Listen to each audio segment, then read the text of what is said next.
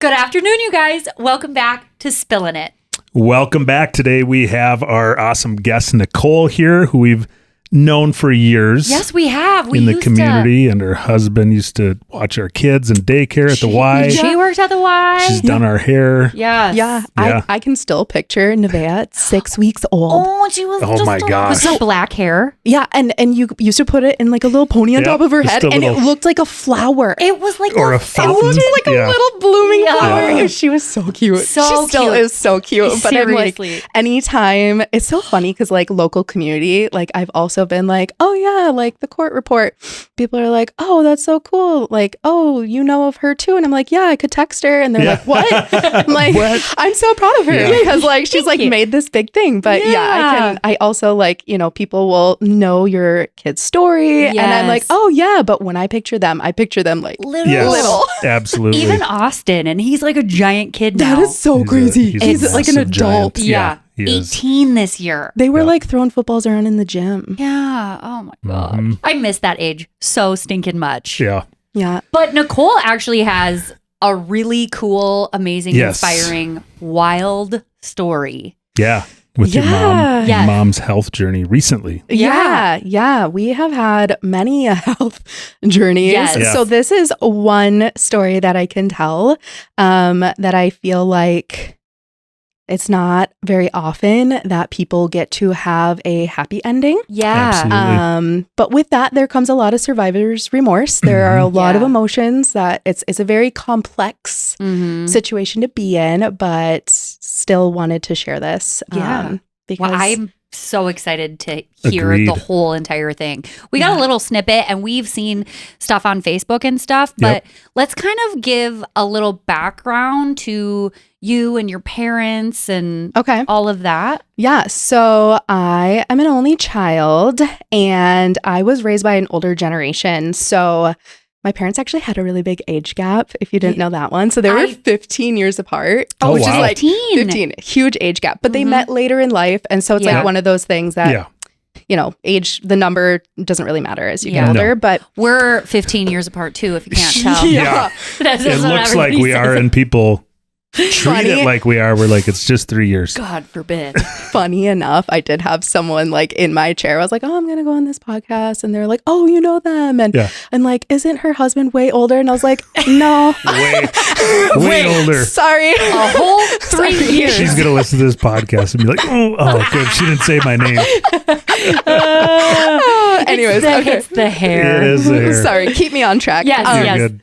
But I'm an only child, and I have been in a very interesting role majority of my life, where because my parents were older, my dad was 50 when I was born, Oh, wow. Okay. and he unfortunately had some pretty bad health issues, and so I became a caregiver really young. Yeah. I had a childhood of. I mean, I was a kid and I did chest compressions on my own dad. Really? Wow. Yeah, I've called an ambulance more times than you can count. So it's I will say it has become like a second nature. So I'm like the best person to have on board if there's a medical emergency because like I don't panic. I just like jump into action. But Yeah. anywho, so I have a question about that. Yeah. Do you ever panic? I don't panic when it's other people's stuff, Yeah. but then I panic when it's like my kids. Yeah. Like Grayson straight up Yeah. choked and I was like, "Ah." But like if somebody else's is, I'm like, I'll do it. It's fine. I can handle it. I will. You know what I mean? You want to know? That's super weird. I've actually been in like crazy situations, whether it was like with family, and it's like I can completely separate out my emotions. Yeah, when it's not me. I once upon a time I found a woman who had passed in her car. Oh my gosh. And I didn't know she was gone. And, so it was one of those things where I like assessed the situation. I ran up. I like felt for the pulse. I was calling 911. I like did all the things. And it wasn't until like a day, not even a day later, but it was hours later where all of a sudden it hit. Yeah. If it's my kid Yeah. and I hear a cry or something, my caveman brain goes off and I cannot think straight. See, I'm okay, in instant panic. So Yes. to answer your question, Yes. if it's not you and it's not your blood, Mhm. you can like separate that. Okay. Okay. That is good to know because I'm like, I wish I was like that when it's my kids I know. because I straight up just freak out. But I know. also I think a lot of my trauma just comes from like Nivea and all that stuff. But yeah, a lot of nurses have told me that too. They're like, when it's my kid, it's different. Yeah. Which I can't even imagine like being in your shoes too, where it's like you feel helpless because all of a sudden your brain just turns to complete mush. It totally does. It totally does. I will say I've had that advantage of, I guess it's not my kid. It was my parents. Right. But I could think clearly. Yeah. And you were you grew up with that. So you didn't know anything different. No. So that's kind of, So interesting. Long story. Long, because I don't know how to tell a short one. But I have always been in the caregiver role. And so I guess fast forward, do you want to get into my mom's story? Yeah. Her story. So backstory on your dad a little bit. He did end up passing in 2019. Yeah. Okay. Yeah. So I was caregiver for him. And that chapter has ended. He's in a much better place. Yeah. And so then I was, in a sense, this might sound twisted to someone who's never been through something traumatic, but when someone is suffering, you want nothing more than to take that away, whether that means they stay alive or not. Right. So when that chapter closed, I was also grateful that he wasn't suffering anymore and excited to move forward and to be able to enjoy more time with my mom. It's almost like you're like relieved. Yep. It makes complete sense. Yeah. 100%. So I was looking forward to enjoying some time with my mom. And your mom, so she's older, but not, she wasn't as old as your dad, obviously, but so she's in her 60s. She's now. in her 60s. Okay. So she's still fairly young considering everything. She was actually diagnosed with multiple sclerosis when she was pregnant with me. So she has MS. Wow. Okay. So that has tied into a lot of like the health issues going down, being immunocompromised. Yeah. Everyone's MS journey is different. I know you guys have had somebody on the podcast that had MS and I was like, oh, it's so cool to hear other people's stories, but my mom's story is completely different. Yeah. So it sounds like such a complicated It thing. is. Yeah. Like you get lesions in your brain and whatnot. But so I don't want other people like that may have that experience in their life to hear this story and think, oh my gosh, that's going to happen. Right. Because MS is so complicated. Yeah. So that none of this could happen in their life. Anywho, so I was looking forward to more time with my mom and she started getting pretty sick. I don't know how much you want me to touch on when she kind of like declined because she was pretty steady for a while. But she was knocking on death's door, I would say for sure 2 other times prior to this particular incident that I want to talk about today. Okay.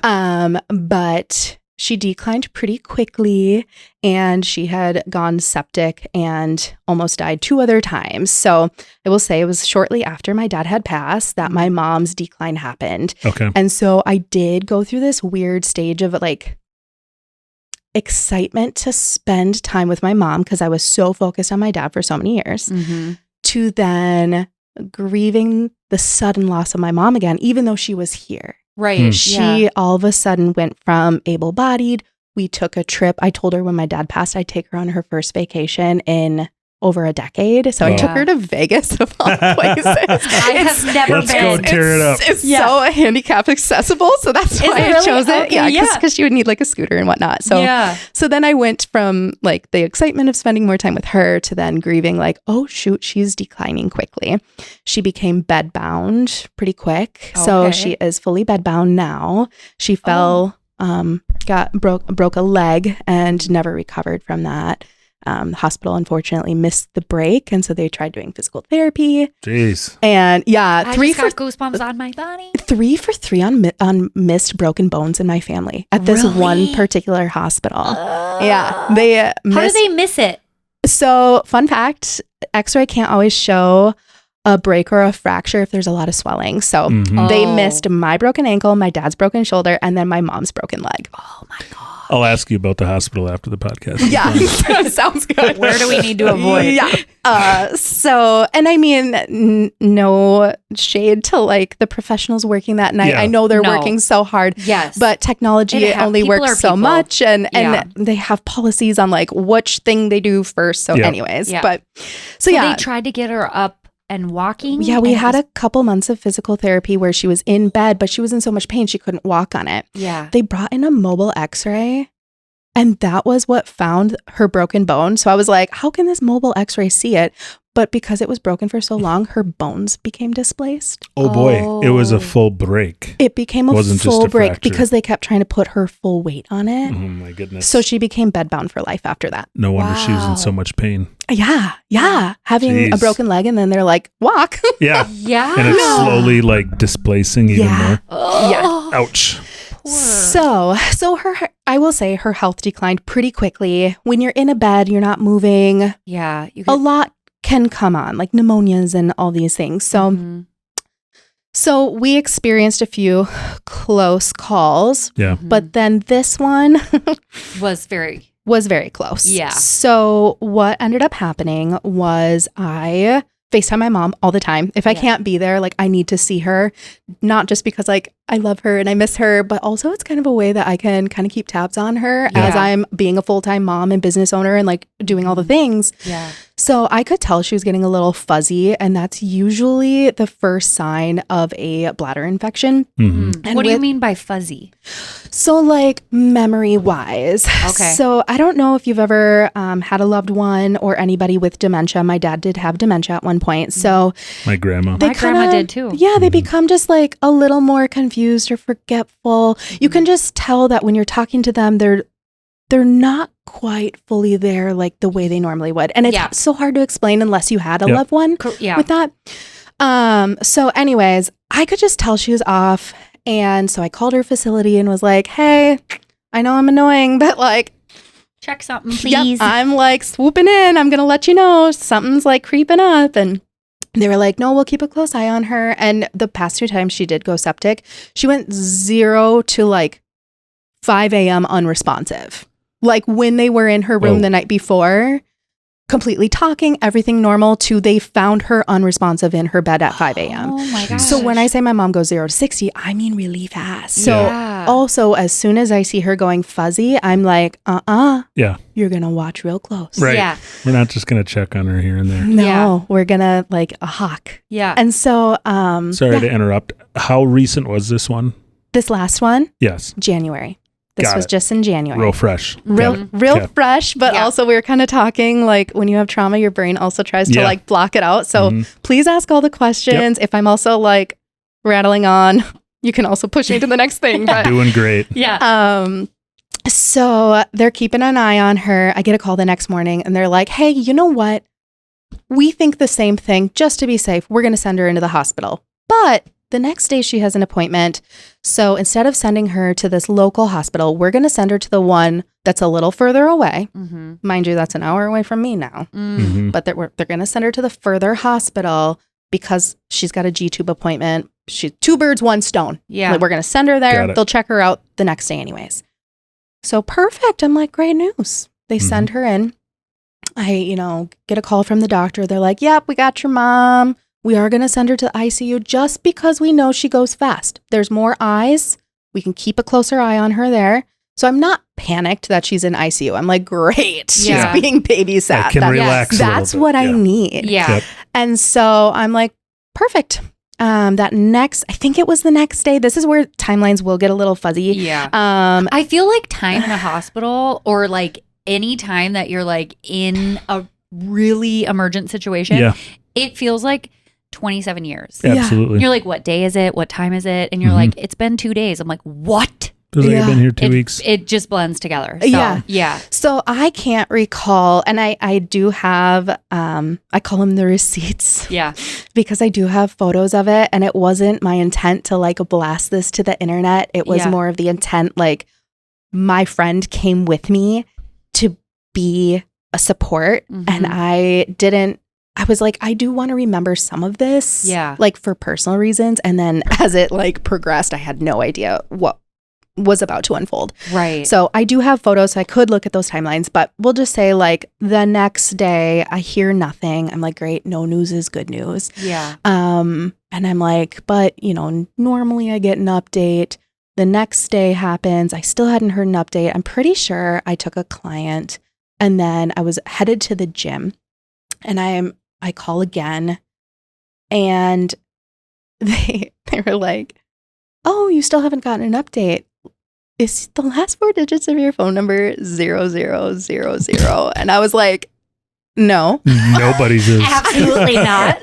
They're like, oh, yeah. So we'll have the doctor call you right away. Oh my gosh. They've been trying to get a hold of you. And I'm like, oh, Great. love to hear that. So they end up calling and he's like, yeah, I do have some updates for you.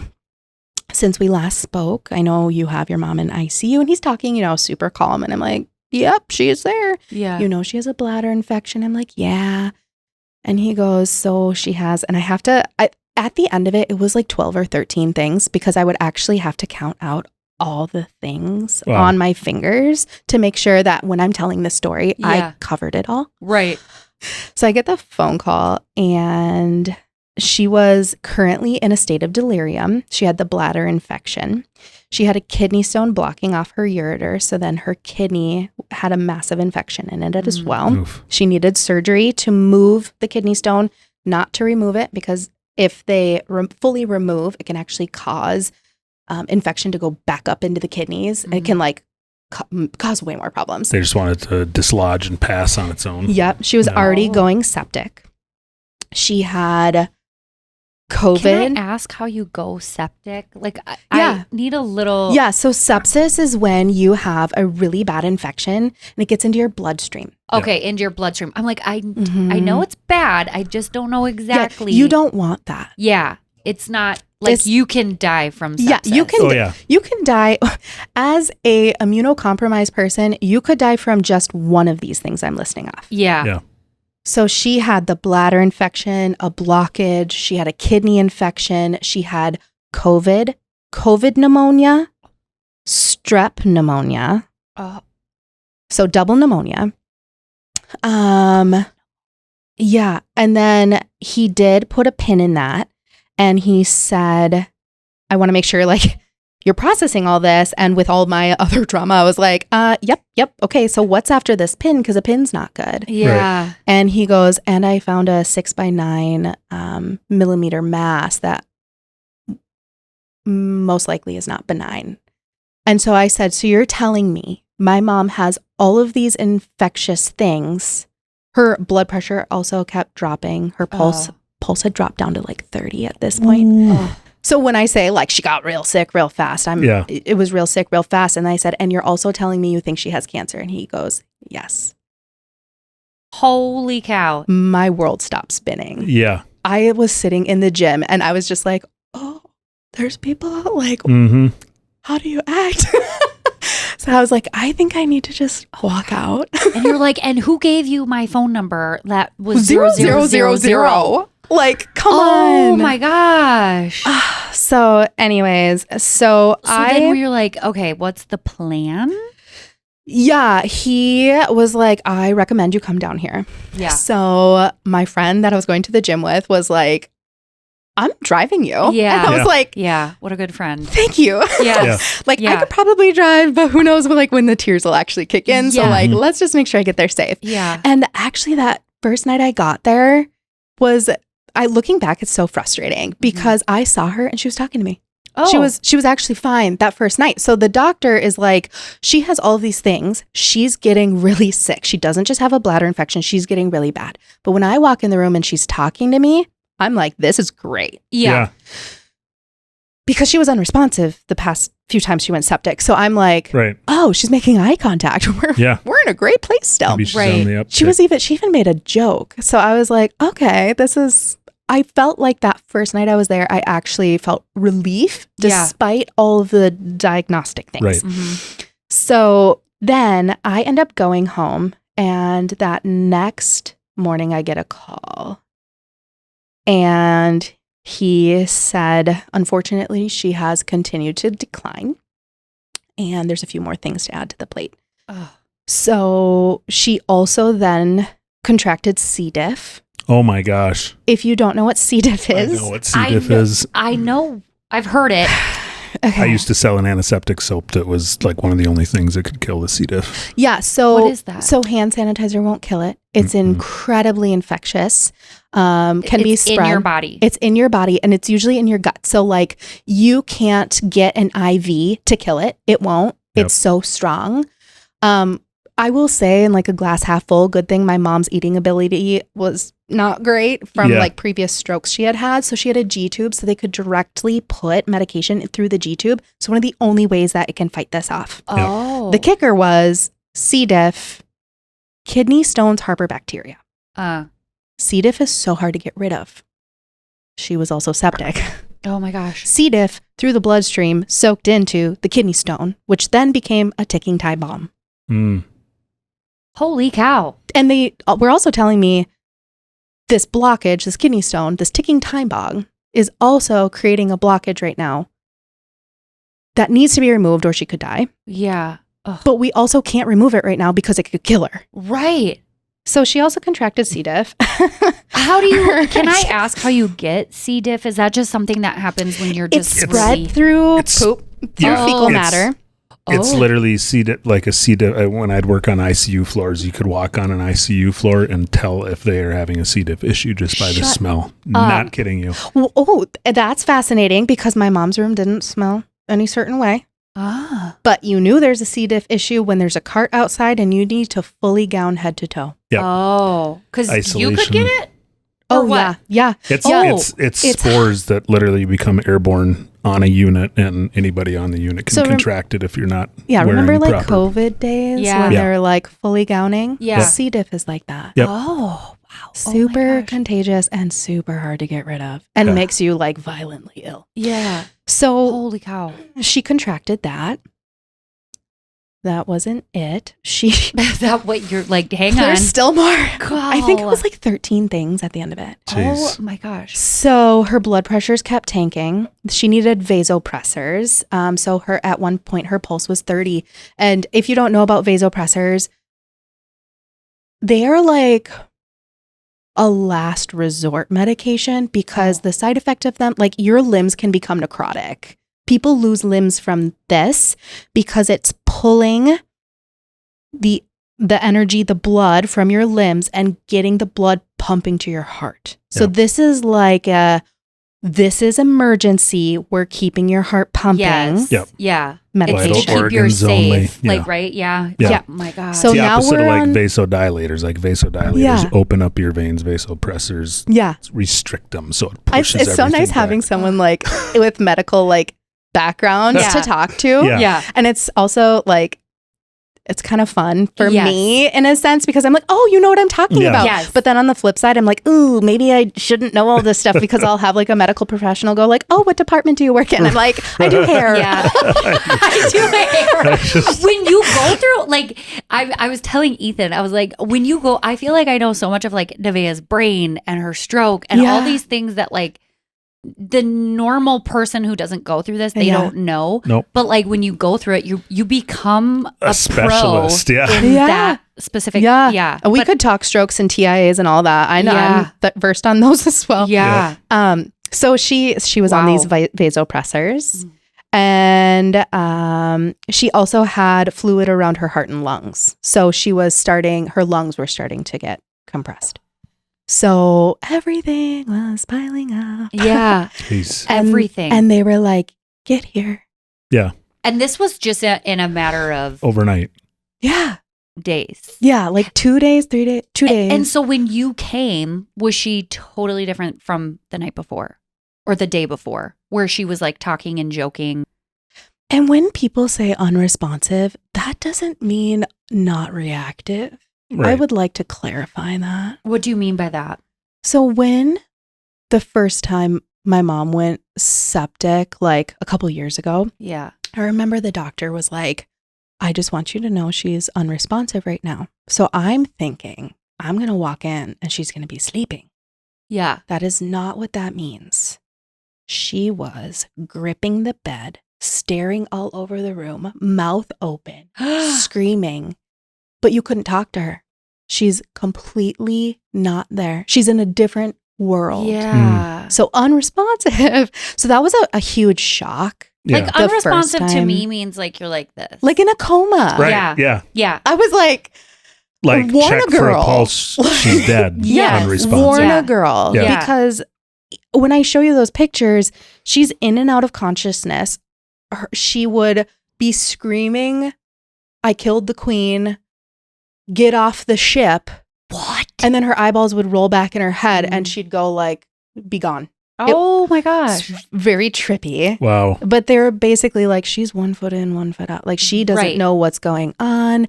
And it did get to a point where like she couldn't talk. Yeah. Yeah. So, but I was like very alarmed when you walk in there and you're like, Yeah. Yeah. I didn't kill the queen though. Yeah. Right. You're like, you didn't prepare me Yeah. for that. Yeah. Yeah. Yeah. So, Well, I appreciate that because, you know, you never know when you're going to maybe just remember something. You're like, oh no, unresponsive isn't, they're just sleeping. I feel like I need to be prepped for that. Yeah. Because otherwise I'm like, oh, something's happening. My poor mother-in-law came in with me the first time my mom was unresponsive. And when we saw that, and she was like, I feel like I've been through enough trauma where I was like, I can sit bedside and I can like, this is hard. I'm going to cry a little bit. My poor mother-in-law went, and she like had to leave the room. She like was so freaked out by what she was seeing. Yeah. And like, you know, people don't normally talk about that. Yeah. So this isn't like, hey, by the way, if you have a family member that ever goes unresponsive, you might want to just know what this means. Yeah. Just note, it doesn't mean they're sleeping or they look like they're sleeping. Yeah. It can be like violent. Yeah. Like it can be, she was, I did end up telling her like my final goodbyes. And I'll get into that. Yeah. But before I forget, as I'm trying to say goodbye to my mom, she was fighting me off. Wow. That was really, Yeah. What, like she was like, yeah, because she couldn't recognize me. oh, yeah. So that was wild. But so I'll rewind a little bit because so that you garb up to go, you go back. You go, yeah. I'm fully gowned. I go in and I'm like, oh, this isn't good. Yeah. And mind you, you know, there are shift changes that happen. Yeah. So now I've been communicating with 2 different doctors. And I have 2 different doctors not telling me opinions, but you can tell what someone's thinking based on what they think their plan should be. And so I have the first doctor over the phone telling me like, this isn't good.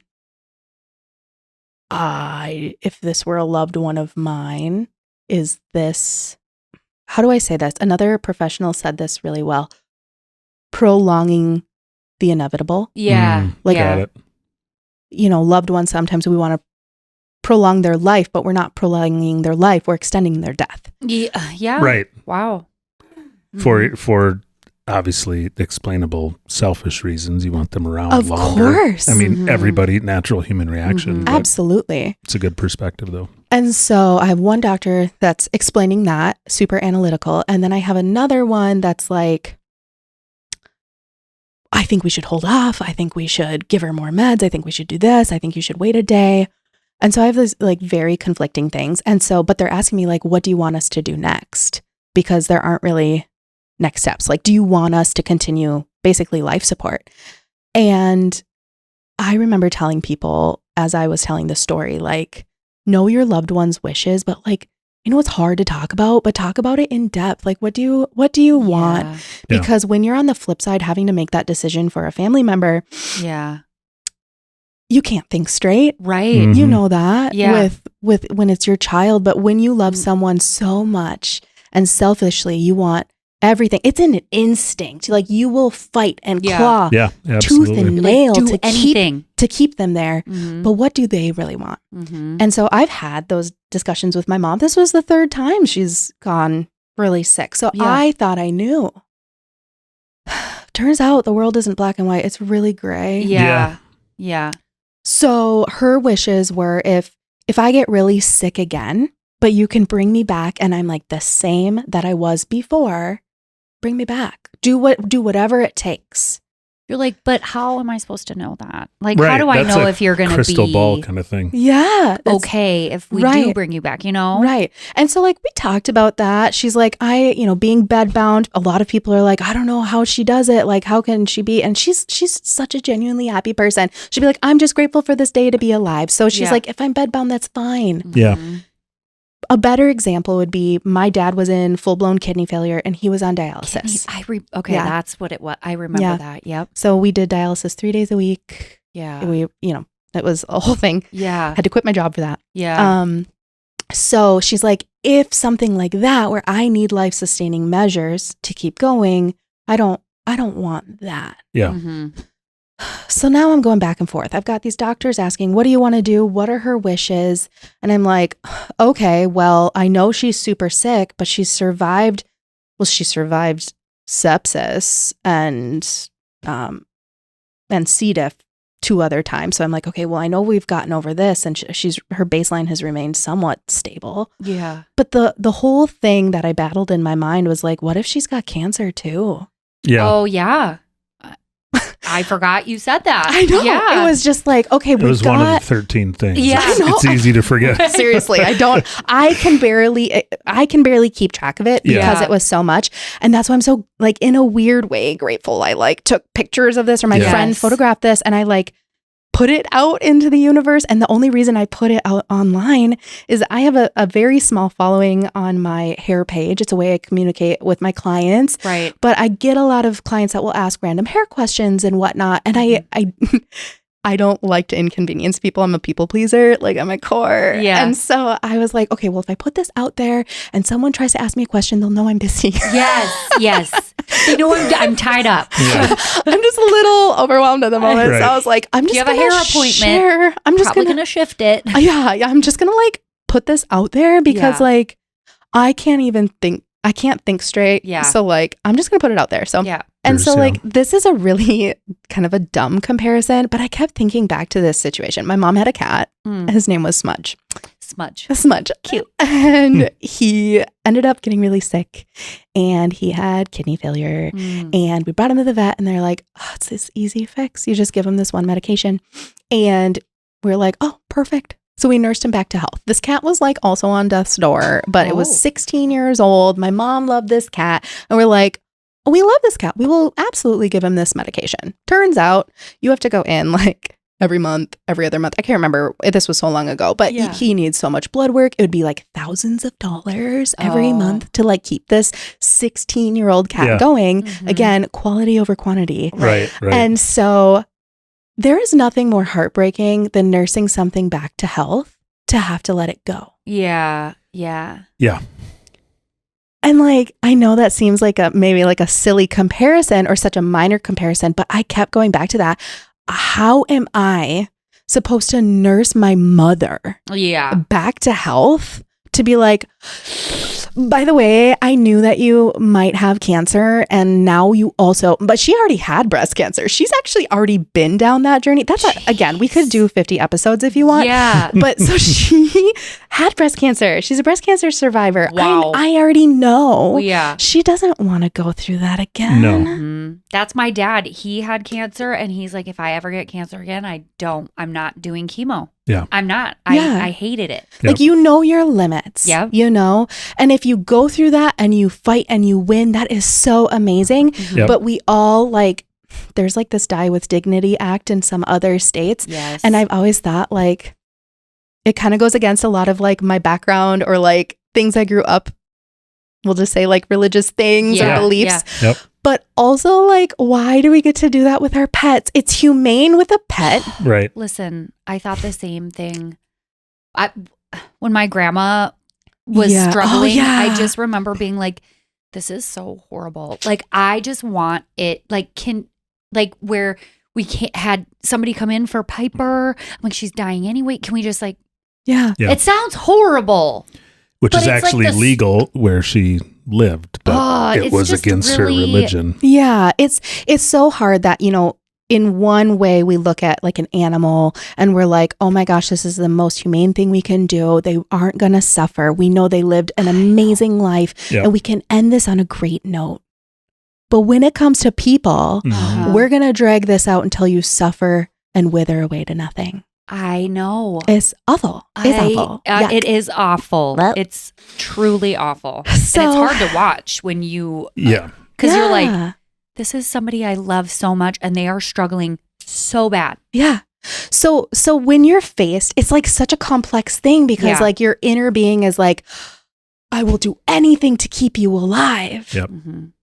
But then you also remember, hold on, she's 1 foot in, 1 foot out. Is this a gift in this moment? it's hard to know what to do. Like- and you don't have anybody else to ask. You don't have your dad. You don't have a sibling. I don't. It's you. It's just me. And this is gonna sound. I don't want it to sound. I don't even know the word I'm looking for, because I didn't realize how big my community was until all this happened. Like the random people that came out of the woodwork that brought meals and flowers or just random messages. The support was amazing. Yeah. But Makes a world of difference. unless, and maybe you can relate to this, you might have had a huge community, hundreds, maybe thousands of people supporting you. But unless they're in the hospital room with you, they don't know. They don't get it. Yeah. So you can feel fully supported, yet 100% alone at the same time. Yes. When That's a good Nevaeh point. had her stroke, it was 2020.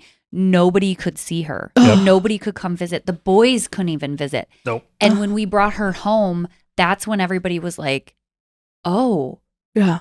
shit, she had a stroke. She can't walk. She has a walker. She's 10. Yeah, she's a child. She's a child. Her arm is, and then that's when everybody broke down and we're like, we've been dealing with this for a week now. We already know, but then you see it on the boys' face, like, oh my God. But it's unless they are in the room making the decisions with you, like no one will ever be able to understand how you feel or those emotions you're going through, the decisions you have to make, the depth that it really is. Yeah. And so that's why I feel like it's so easy for people to say things I know. like, you should have done this. I'm like, you weren't there. You can't talk to it unless you've witnessed it yourself. No. And you know what? I will say, like, I'm a glass half full kind of gal. Like through this lifelong journey of trauma, it has made me one of the most empathetic people. Yeah. I will never place judgment on someone's decision because I know what that's like. Yes, that's how I feel like that's how I am too. Like when people are I'm like I'm not I can't even talk to anybody else's decisions about anything because I'm not them. I'm not in their I'm not in their body. I'm not in their So so 100%, I'm very, very empathetic because of that, and knowing like you'll never be in their shoes. No. So long story long again. I don't know how to tell a short one. I'm now faced with, her pulse is at 30. Like she's 1 foot in, 1 foot out, and one doctor saying yes, one doctor like, and probably not. And I'm thinking about this cat, and I'm like, I'm like, if my mom, Smudge, he was a white cat that had like this. It looked like you rubbed dirt on his forehead. Smudge makes sense. Cute. But I'm like, if she could stand here right now and look at herself in this bed. Yeah. And hear everything going on. I had to really put myself in her shoes as best as I could. But I'm like, it's not about me. Right. I mean, I was like, absolutely, like do everything. Yeah. But I had to take me out of it and be like, what does she want? So I told them this isn't what she wants. Yeah. And they were like, okay, like we can wait. Like my husband wasn't there. Yeah. I had some friends that were like going to rush up there. They're like, we will wait till your support system is here. And I was like, okay. So I'm out in like the ICU waiting room and I was like about to vomit. I mean, because you're like, I'm about to end my mom's life. Like what? Yeah. It's so surreal. So basically when you say like, she doesn't want this, does that mean you guys are stopping everything that they're doing or what was the... Yeah. So because of how many things she had going on and how sick she was, my choice was I can continue cares. I can continue oxygen. I can continue these vasopressors, keeping her pulse going. I can keep all these measures going and see what happens and hope and pray that she recovers from this and returns to baseline. Right. And that also that golf ball size mass isn't cancer. Which I still don't know if that's cancer, by the way. It's crazy. But also, like, is that going to take her out? Probably not. Yeah. I mean, at this point, what's your mom's like, nope. We call that traumedy when I joke.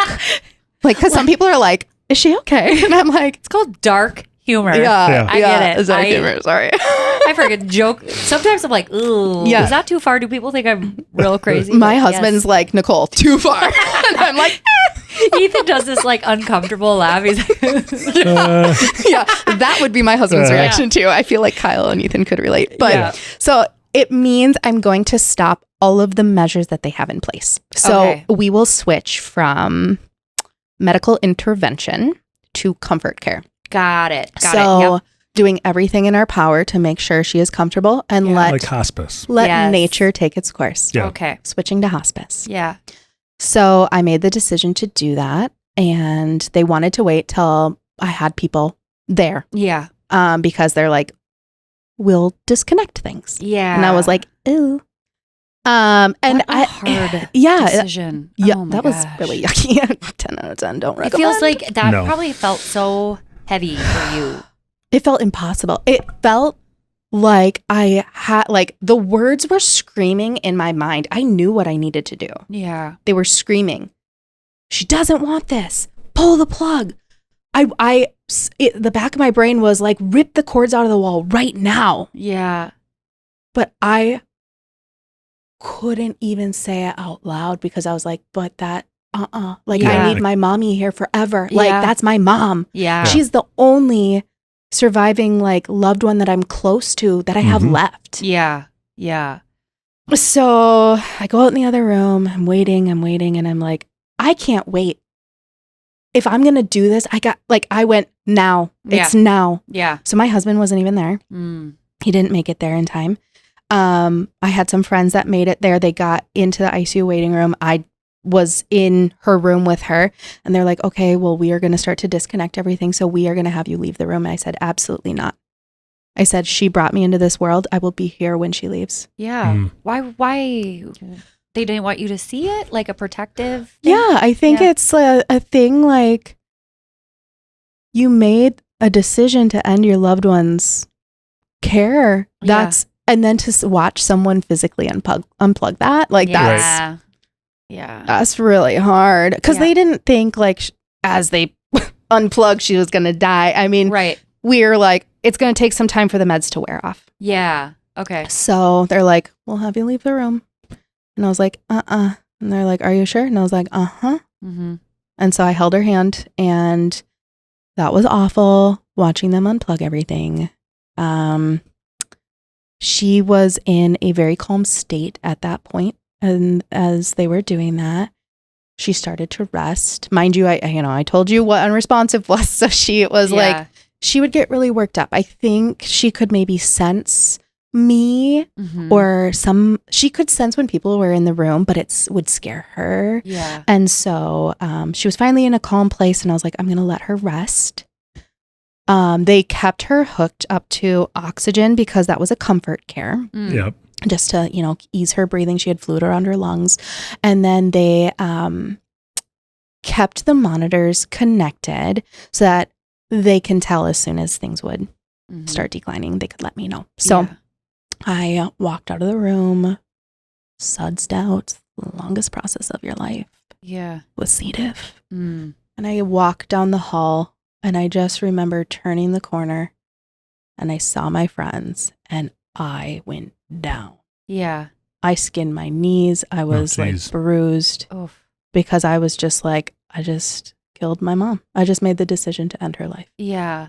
I can't honestly articulate what that feels like. And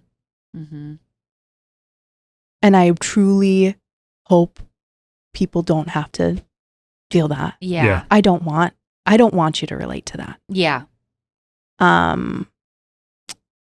But in this weird sense, a few minutes later, I was crying and laughing because I was also so proud of myself. Yeah. Because I was just like, I just did that, not for me, but for her. Yeah. Yeah. That's a hard. Here we go. Yeah. There's the emotions. But I was just like, I never in a million years thought I would be able to make that decision. And I was so proud of myself for being able to do that because that is what she would have wanted. Yeah. So it's a hugely selfless thing to do, even though you want to be selfish and be like, I need you here. Yeah. And they're like, stay close. We don't know how long this is going to take. Yeah. And I'm just sitting in like the waiting room, feeling like I want to puke, but also like, I'm like, can someone just strap me to a chair so I don't run in there and plug everything back in? Because now I'm like, Yeah. I thought just unplugging was uncomfortable. Waiting to see like the monitors start to drop No. and not knowing when they would. Yeah. That was torture. Because I was Yeah. just like, I feel like I could change my mind. Like, but what if I just run in there and like, just kidding, like give her the meds. Like everything in my Yeah. brain was screaming to save her. Yeah. Mhm. Even though I made that decision. So I was just like fighting tooth and nail Yeah. to not like Yeah. take it back. Yeah.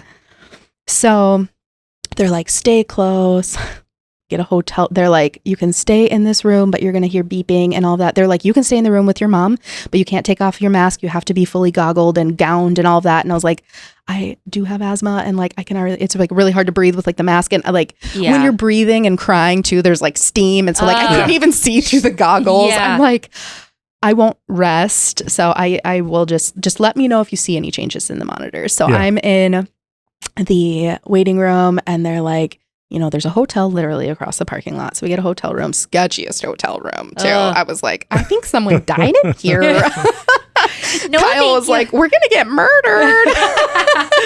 You're like, wouldn't that be so- it? Right. So this is how we go. So we ended up staying close. I obviously didn't sleep all night. Yeah. I'm like, I have alarms set to be like up at the butt crack of dawn, but also like, you know, I'm afraid I'm going to miss the call. Yep.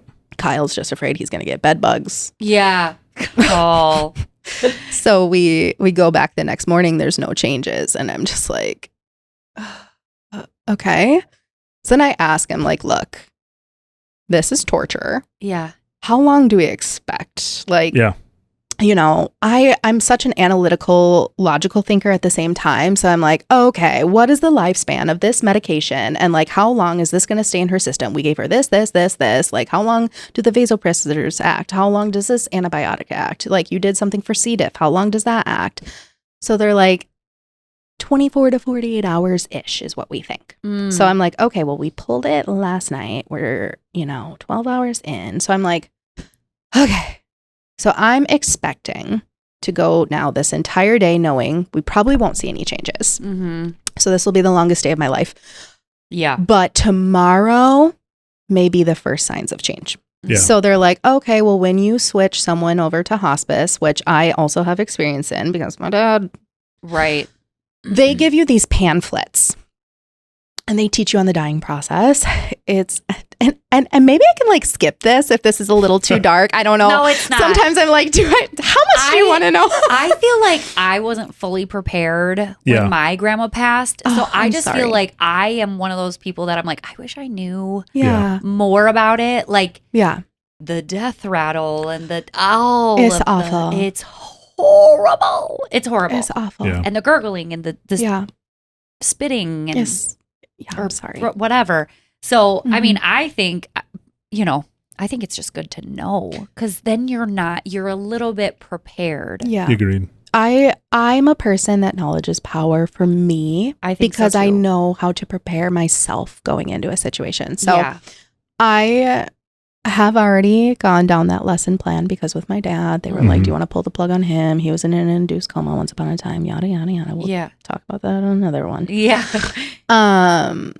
So do you recall this phenomenon? There's a rare phenomenon that a lot of our loved ones will go through, and it can happen when they're really close to leaving, and it's a random burst of energy. Mhm. I have heard that. Yes. Okay.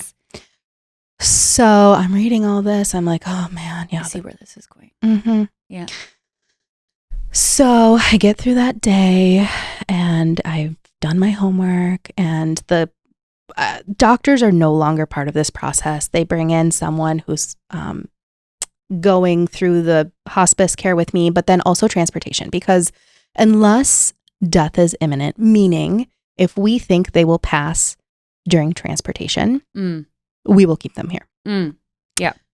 Since she wasn't like, they're like, we don't know when this is going to happen. Yeah. And they're like, we will transport her back to her care facility. So I'm like, okay. So the game plan was go through that hellish day at the hospital. The next morning, they will set up transportation to bring her back to her facility. Day 3. Just remember day 3. Yeah. So, like, okay. So she's unresponsive that day. We hang out there. It was a beautiful day outside. It was cold AF, but it was beautiful outside. It was Good sunny. old January, Minnesota. Yeah. Went to a coffee shop and I was just, going through memories and trying to stay as positive as I can, knowing like, how do you do that? Yeah. And the plan was we will set up transportation for in the morning, and they convinced me, you got to go home. Yeah. Get one good night's sleep. Yeah. Go see your baby. Yeah. Go get a hug. Like go get a sense of normalcy, because they were like, we actually don't know. Like, she's remaining stable. Her numbers haven't faltered. We don't think, because these medications are in her system, that she's going to go today. Yeah. We can't promise anything. You could walk out the door and she could go. They said that's happened. Yeah. Right. But I've heard women or moms, they'll do that when you're not there. wait Yeah. for you to leave. Yeah. So I was like really hesitant. I'm like, I don't want to leave though. Yeah. And they're like, they're also telling you like, give them permission to go. And we did this. Yeah. So I'm like, okay, they convinced me, go home, get some rest, because odds are tomorrow is actually going to be downhill. Yeah. Yeah. So my husband's like begging me to come home. I'm like, okay, fine. So we drive an hour home. I go home, and that drive was awful. I pass my salon and I'm like, how am I supposed to drive home every day and not call my mom? Yeah. I call my mom, Yeah. Yeah. And then I panicked because I'm in my car and my car has a screen and it has my favorited contacts and who's at the top of that list. I was like, am I supposed to delete that? Yeah. All the things you never think about. Yeah. You don't think of it until you're full on grieving. Yeah. So I want to like emphasize, I'm full on grieving. Yeah. Yeah. Okay. Yeah. So I go home. My husband has to go pick up our kid. He was still in daycare, or someone was watching him. That I don't even remember who was with our kiddo. And he's like, just take a shower. Yeah. And I go in the shower and I'm bawling. Mm-hmm. Yep. And this is a very specific, prior to filming, I was like, can I talk about this? I don't know, because I don't even know where I'm at. Like, and I won't get too far into that, but I prayed and I'm like, I am so selfish. I only pray when I need help. I don't know what to ask here, but all I said was, please make this quick. Please make this painless. Please just take her. And I specifically said, if it's not too much to ask, can you please let me know that I made the right decision, because I cannot live the rest of my life feeling like I just killed my mother. Yeah. So fast forward, I go to bed, I wake up and I'm like in my own room, and then all of a sudden reality hits you again. You're like, oh crap, just kidding. I'm in my nightmare. Yeah.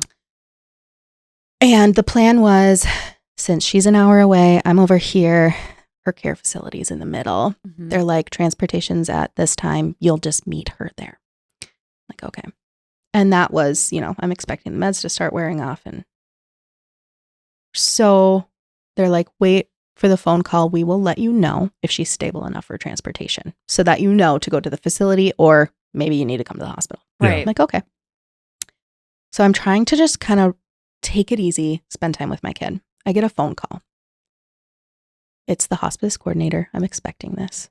And she goes, so I just wanted to let you know the ambulance will be here in 15 minutes. Your mom is stable for transportation. But I have to ask you, did your mom used to talk? Like, does your mom talk? What? And I was like, Yeah. Yeah, she used to, but last night, no, like fully unresponsive, cannot speak. I said my final goodbyes to her. My husband said his final goodbyes. He told her he would take great care of me. Like, we bawled our eyes out. I said my final goodbyes in case I wouldn't be able to today. Yeah. Right. And she goes, huh.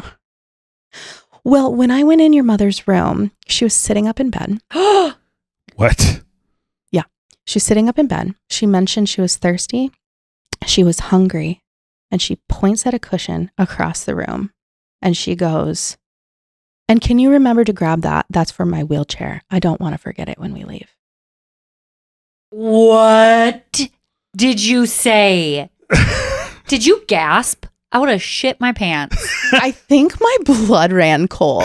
And I honestly think I just was in a state of shock. Like, Yeah. You're like, my mom Hold in on. room what number? I think I was almost angry. Did you for get a my half a phone second number too? Because I wrong? was like, that's not my freaking mom. Like, Yeah. why would you call me and tell me Yeah. this? Like, Yes. I'm in Like, utter. did you get my phone number wrong again? Because I swear to God. My brain went from 0 to 1,000 in an instant. I bet. Wow. To like, Hope, just kidding. Oh my gosh, no. Like this, I don't even know what. Hold on. Like, Yeah. I Well, can't. to the point you made 5 minutes ago, you were full on. I was full on grieving. Yeah.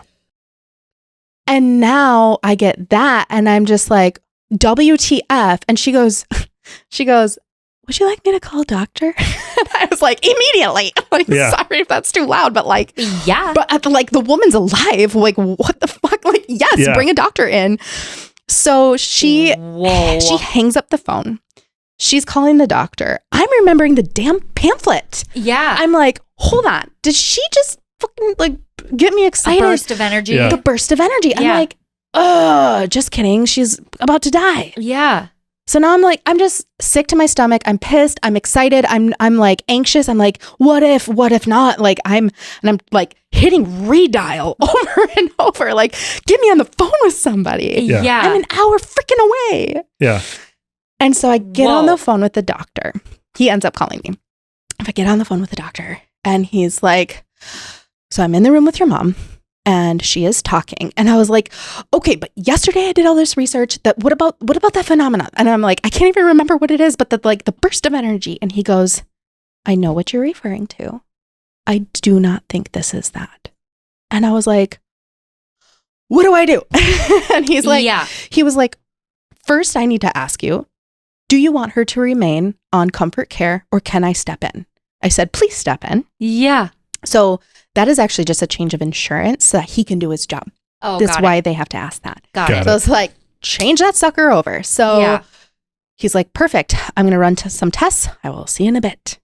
I'm like, get the kid to daycare. We got to I'm go. on my way. Like, we are, Oh I'm my like, gosh. driving Miss Daisy. Obviously, my husband has to keep us safe and he's driving. I'm like, can you freaking go faster? Like, So did you go to the hospital? yeah. So we're beelining the hospital. Instant change of plans. I mean, Yeah. the hospital was, the ambulance was like parked there to transport her. Yeah. And they're like, just kidding. She popped up like a Pop-Tart. Oh, JK. She's talking. Yeah. So yeah, I'm flying down there and I have some cool, I'm glad I took a crying selfie. I'm glad I took a picture in that moment and I recorded my thoughts because I said, I don't know, like if listeners know this story, if you don't, but there's like David and Goliath and there's this guy that basically is like, you're going to die if you face this person. And he does it anyways. And I am Yeah. just like, is this what David felt like going up to Goliath? Because I feel like someone is freaking punking me. Yeah. Who, like, this isn't funny. Yeah. Yeah. But also, like, is she dying? Is she not? Like, I'm about to go to war. Like, Yeah. no one's messing with me anymore. Like, yeah. I need to know what's going on. Driving Miss Daisy's taking forever. He gets us there safely. And I walk in, I gown up, I rush up. I rush up those stairs. I mean, this was her the night before. Okay. Yeah. Wow. I said my final goodbyes. Yeah. It's yucky. Wow. Okay. Yeah. Reading up on the death stuff. Mhm. Yeah. Awful, you know. I went from grieving to sticking a pin in it. I feel like I've switched to fight mode, fighting for answers so I can make the decision a second time. Mm. I'm riding this bull and I've got a death grip on the horns and I'm not falling off. My adrenaline is high and I could run a marathon right now. Yeah. I bet. I said I'm about to walk in the hospital and I feel like I'm being punked. Someone's effing with me, right? Uh-huh. I can't help but wonder if this is what David felt like moments before stepping to Goliath. I'm about to dance with the devil today. I oddly feel safe and ready, somehow protected. So I'm ready to draw my shield and my sword and walk through those doors. Let's dance. Mm-hmm. And I walked up. I fully gowned. There's like a little window that the shades had been drawn. They were open. and this is what I see. Oh my gosh. Wow. She's just like, She's like, hi, I've been waiting for you. Smiling where at you me. been? Where were you? With her water cup, just sitting there like, hey. Is she smiling too? Yes. Oh my gosh. Wow. She's literally like, hey. I'm obviously ugly crying and also like wanting to barrel in there and strangle her. Because I'm like, Yeah. I love you, but like, what? Like, we just went through hell and back. What Yeah. the heck? Yeah. That is so wild. I That's remember crazy. that. I remember that. Yeah. It's insane. Yeah. It's pretty crazy. Like, and I'm glad I have the receipts because I feel Yeah. like when I tell this story, people are like, yeah, okay. Yeah. And I'm like, no, but really, look Look at at her this. pic- I look got at this. proof. Yeah. Yeah. This. Yeah, she, So she was just straight up chit-chatting your ear off? Like talking just like nothing happened? yes. And this is the difference between the first 2 times she was unresponsive to this time. When you go through delirium and sepsis, you've got infection coursing through your bloodstream. Yeah. When you come out of that, it's not fast. It's a slow process. You are confused again. Yeah. When you get your ability to talk, it was like, I mean, the first time it happened, she was talking about sawing off her legs because like, she's like, I can't walk. Let's just cut these off. And I was like, what? And then she was like, yeah, I'm at the botanical gardens. Oh, And I my was gosh. like, I think you're in ICU, but I'm not going to tell her that. Like Yeah. botanical gardens sound way better. Yeah. Yes. So Seriously. like when Keep you're yourself there. when you're coming out of it, it's a slow process. Yeah. Got This was not. Night It's and like day. night and day, literally. She woke up and she was able to have full-blown conversations. She mentioned she was hungry and wanted a cheeseburger. The amount of people Oh. that were like, I hope you got her the cheeseburger. Yeah. Seriously. She had to do a swallow test first, so she Yeah. Where couldn't. do you but want it? I will drive wherever you want Yeah. me to go and get Want you your best McDonald's? cheeseburger. I was like, Culver's. where's the best chef in the world? Yeah. Let's get her Yeah. a cheeseburger. And I had the doctor come in. You know, he had started running tests while I was on the way there. And he walks in and I'm like, what's going on? And he's like, I have never seen this in my career. When a doctor tells you that, you're Yeah. like, what? Yeah. And he goes, I have never in my entire career witnessed someone become so sick and bounce back in that amount of time. Yeah. Like, remarkable. It's like she just woke up and was fine. yes. And Wow. he said, even her blood tests are almost completely normal. Wow. What? Yeah. And you're like, you stopped everything. Yeah. This doctor who obviously, like, they can't tell you what they believe, what they don't, you know, and he goes, sometimes miracles happen. Oh, good for him. Yeah. Yeah. Wow. And I was just like, say less. I'm Yeah. not going to question this one. It wasn't her time. Yeah. It wasn't her time. Yeah. And it wasn't my choice. Now, Yes. remember how I was crying in my shower? And Mhm. I was like, I didn't ask to save her. Mhm. I didn't ask to keep her. Mhm. I made that decision to let her go. But I did say, if it wasn't too much to ask, can you let me know if Yeah. I made the right decision? Yeah. I got to ask her Yeah. to her face. And she told me I did. I will never have to live the rest of my life feeling like I killed my mom. Yes. Wow. Wow. The most specific prayer was answered. Yeah. What was your Bible app Oh, verse? I wanted, if you want to share. yeah. Okay, so backtrack. I was on the drive to the hospital and she was super, super sick. Yeah. I was like, I know I only ask for help when I need it, you know, Yeah. like, sorry. Yeah. I have the Bible app like downloaded on my phone Yeah. and it pops up and I'm going to be honest, I haven't like read these in like years. Yeah. The Bible. Sorry. Yeah. Like just like the verses that pop up and Right. whatnot. I'm like, I don't know where I'm at. Sometimes I'm angry. Yeah. Sometimes like, why'd you let this happen? You know? Yeah. So, yeah, that was the drive there. It popped up. It said, do not fear, for I am with you. God is your strength and help. Wow. So that was on the drive there. Wow. There's a few more. And this is where I'm just like, okay, I know I questioned so much, but like, I know. he's talking to me the way like I need to be talked to. So like, Yep. my relationship is so personal. So I'm like, Mhm. again, like, thanks.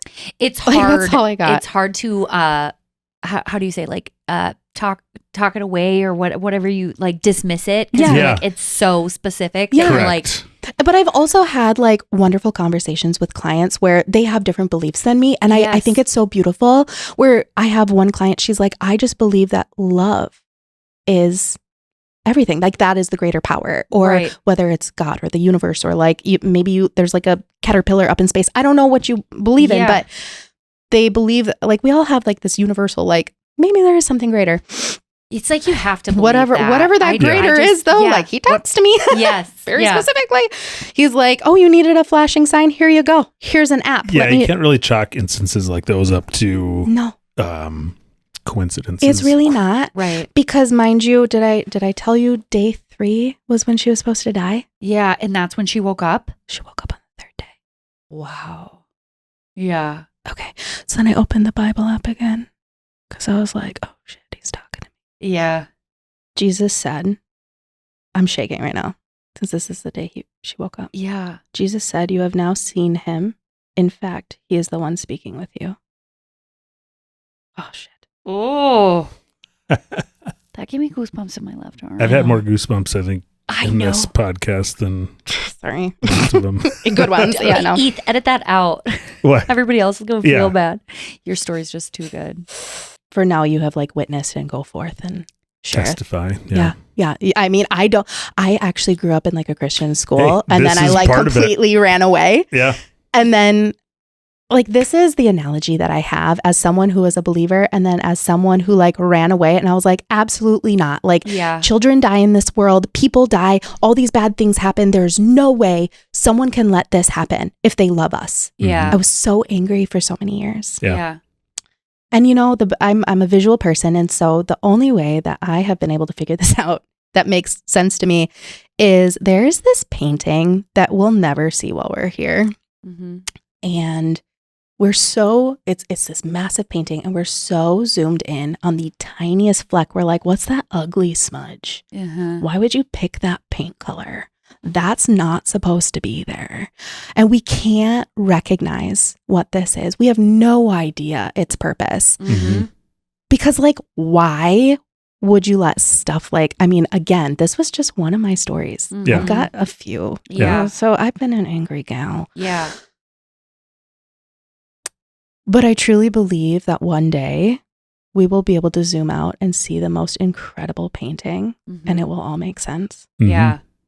I think that all the time. Agreed. I'm like, it's hard because when you have trauma like that or you go through stuff like that, and like for us, you know, our daughter and just all of that, you're like, when is it gonna stop? When is it gonna? But I mean, we weren't promised an easy life. No. Nope. And it sure has not been.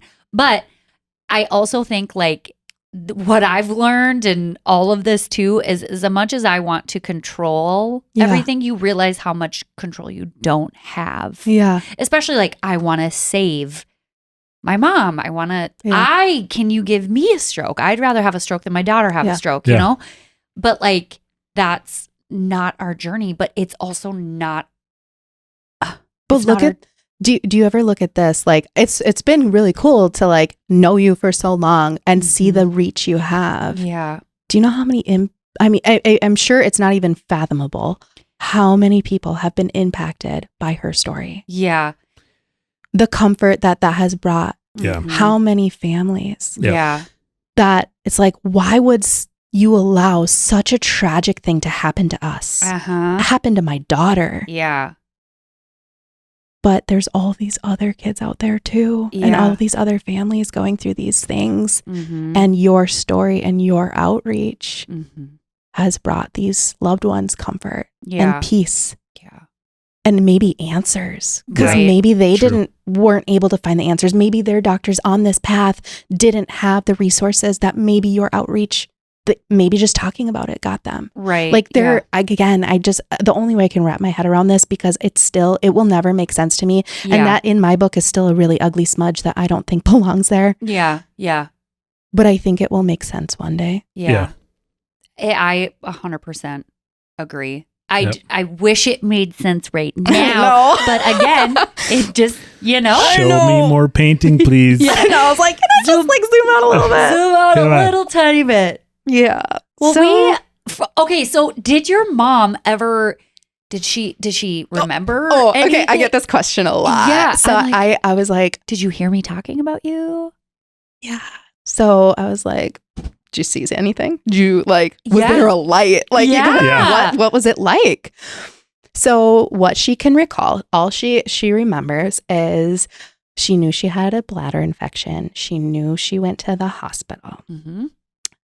And then she said she didn't know where she was. She said everything got really blurry. Oh. But she said she never felt alone. She said someone was in the room with her the whole time.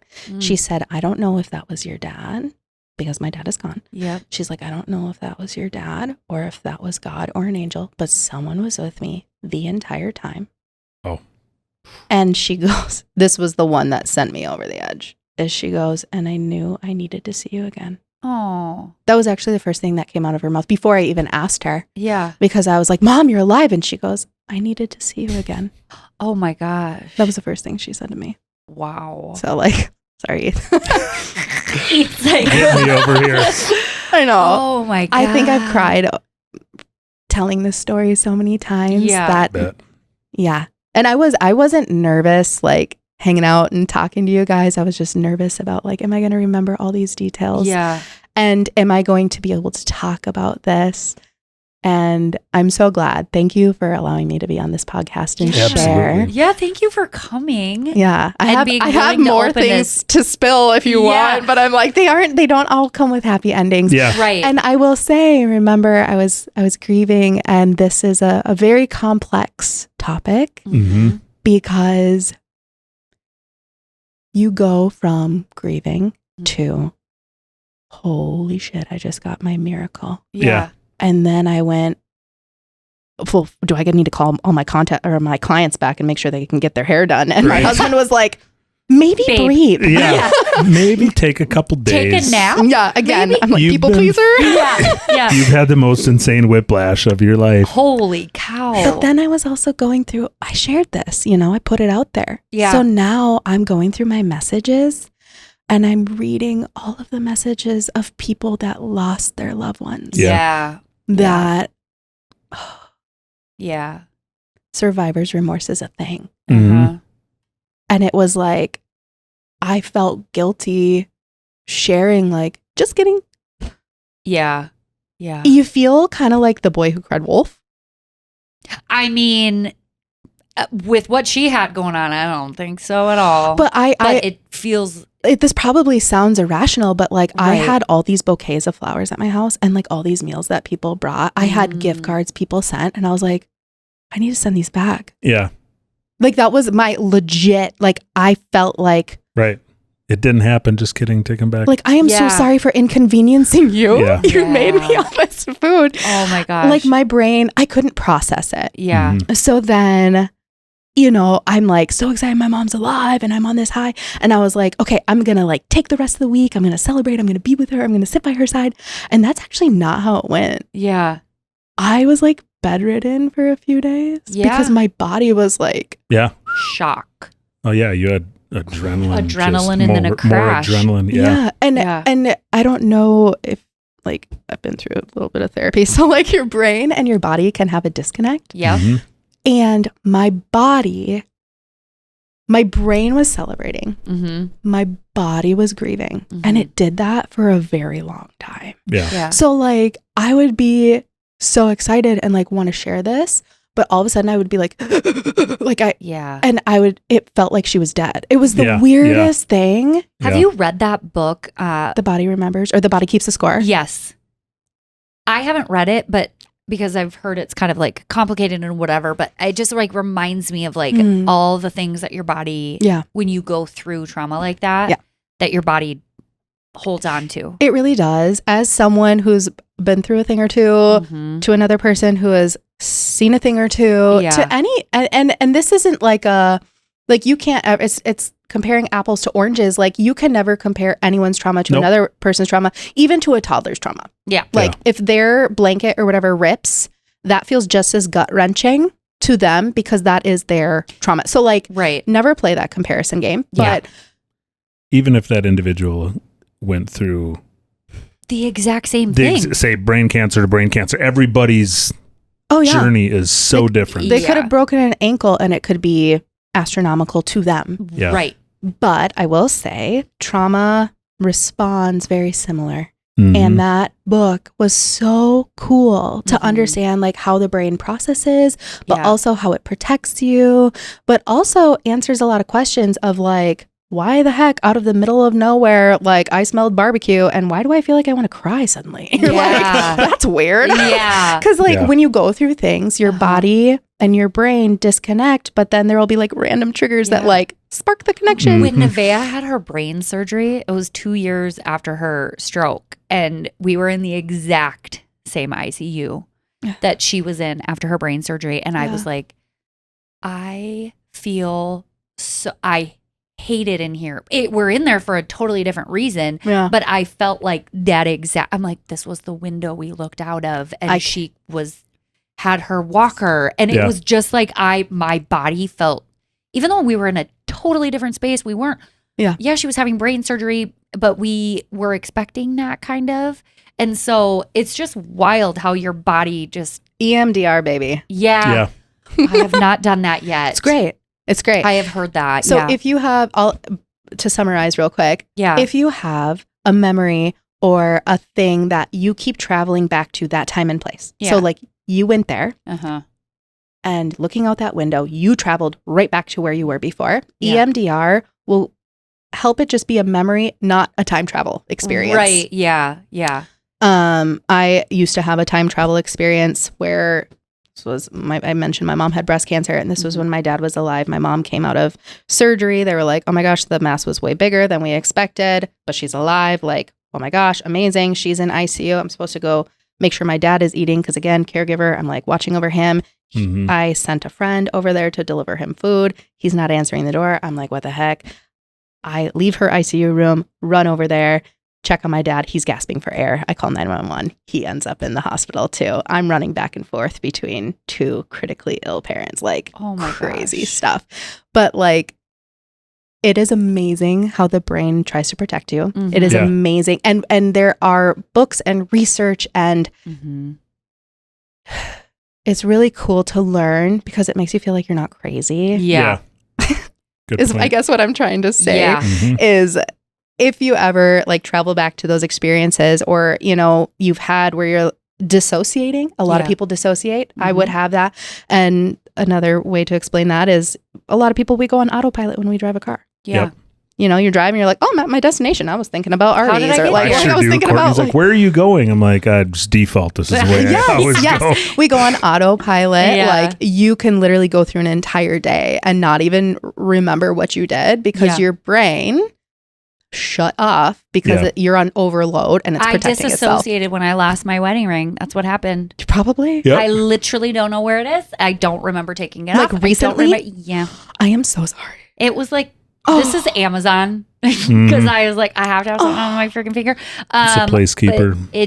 I'm upgrade time. Like, where's the last time you put it? I'm like, I don't. Oh, that's my worst nightmare.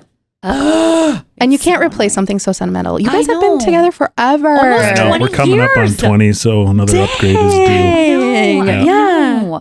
Well, thank you for coming on and like sharing your story, and it was inspiring. Yeah, it was a happy ending one. And we love that. Happy-ish. So, because I have to commend you. Yeah. You shared the one scripture about, you know, he's shown you and now go, however it went, and now go forth and testify or go forth and share.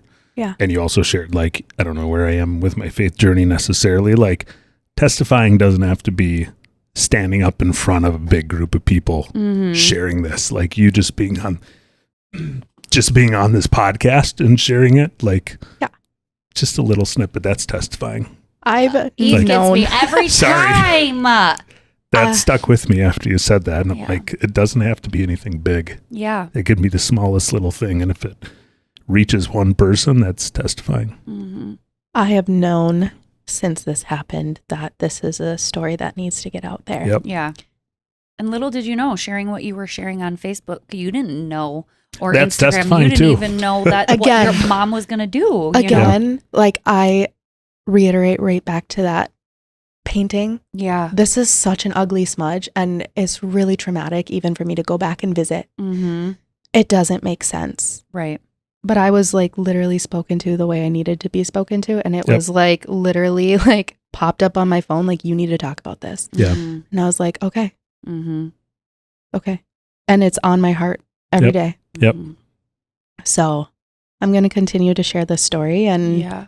again, like I'm really grateful to be able to share it here. Yeah. But yeah, I plan on hopefully being able to reach more people in other spaces. And Yeah.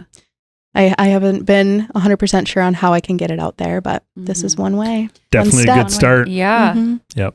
We appreciate you sharing with us and everybody else Yeah. too. Like, oh my gosh, what an amazing story.